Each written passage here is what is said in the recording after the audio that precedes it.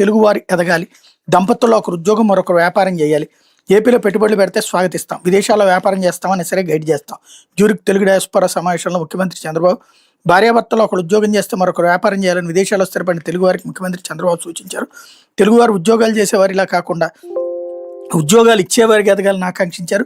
వ్యాపార వాణిజ్య రంగాలకు ప్రవేశించాలని ఆశించే ఎన్ఆర్టీలకు సహకరిస్తాం. 50 కోట్లతో AP NRT non resident Telugu corpus fund ఏర్పాటు చేస్తున్నాం. ఏపీలో ఎన్నో అవకాశాలను వచ్చి పెట్టుబడి పెడతామంటే స్వాగతిస్తాం. విదేశాల్లో వ్యాపారాలు చేస్తామంటే చేసుకోండి. ప్రభుత్వం తరపున రతన్ టాటా ఇన్నోవేషన్ హబ్ ద్వారా గైడ్ చేస్తాం. కొంచెం కొత్తగా ఆలోచిస్తే పారిశ్రామికవేత్తలుగా రాణిస్తారని ఉద్బోధించారు.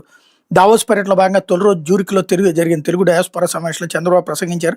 విదేశాల్లో ఉన్న తెలుగు వారిని సమన్వయం చేసుకుంటూ వారిని పారిశ్రామికవేత్తలుగా తీర్చిదిద్దే బాధ్యతలు లోకేష్, రామ్మోహన్ నాయుడు, టీజీ భరత్ తదితరులు తీసుకోవాలని చెప్పారు అన్నటువంటి వార్తనే హైలైట్ చేశారు.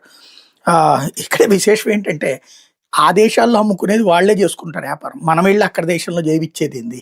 దాంట్లో ఎక్కడ ఉన్నటువంటి టాటా ఇన్నోవేషన్ సెంటర్ వచ్చి మన దగ్గర పెట్టిన దాంట్లో వాళ్ళకి నేర్పేది ఏంటి? ఇవన్నీ పేపర్లో అద్భుతమైన హెడ్డింగ్ లాగా కనబడుతుంటాయి. సరే, దాన్ని చూసి విపరీతమైనటువంటి భజన చేసేవాళ్ళు చేస్తూనే ఉంటారు. అసలు పాయింట్ ఏంటి అక్కడ? మన రాష్ట్రంలో ఉద్యోగాలు ఇదివరకు ఆయన విజన్ ఏమనేవాళ్ళు, వ్యవసాయం మానేసేసి వచ్చి ఉద్యోగాలు చేయించండి, మీ పిల్లల్ని ఒకళ్ళని వ్యవసాయానికి అంకితం చేయమన్నారు.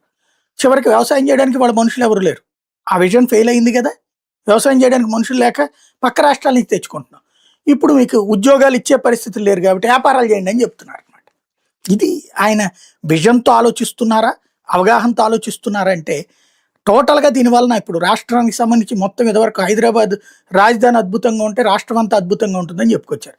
మొత్తం తీసుకెళ్లి లక్షల కోట్ల రూపాయలు పెట్టుబడులు హైదరాబాద్లో పెట్టించారు. చివరికి రాష్ట్రం విడిపోయింది, ఆంధ్ర నాశనమైంది. మళ్ళీ ఇప్పుడు మొదటి నుంచి కొట్టుకొస్తున్నాం. మళ్ళీ మనం విచిత్రమైనటువంటి ఆలోచన వైపుకే తీసుకెళ్తున్నాం. ఇప్పుడు కాన్సన్ట్రేటెడ్ పాయింట్ మీదకి వెళ్తున్నాం. ఓవరాల్గా ప్రజల్ని మనం మాటల ద్వారా లేకపోతే మన పత్రికల వార్తల ద్వారా కవరేజ్ చేయడం తప్పించి వాళ్ళ దోన వాళ్ళు బాగా బతుకుతున్నటువంటి వాళ్ళకి నువ్వు నా వల్ల బతుకుతున్నావు అని చెప్పడం, బతకలేకపోతున్నటువంటి వాళ్ళకి అది నీ చేతకాంతనం అన్నటువంటి కోణంలో ప్రొజెక్ట్ చేయడమే వీళ్ళ పత్రికలు, వీళ్ళు వ్యవహార శైలి నడుపుతున్నటువంటి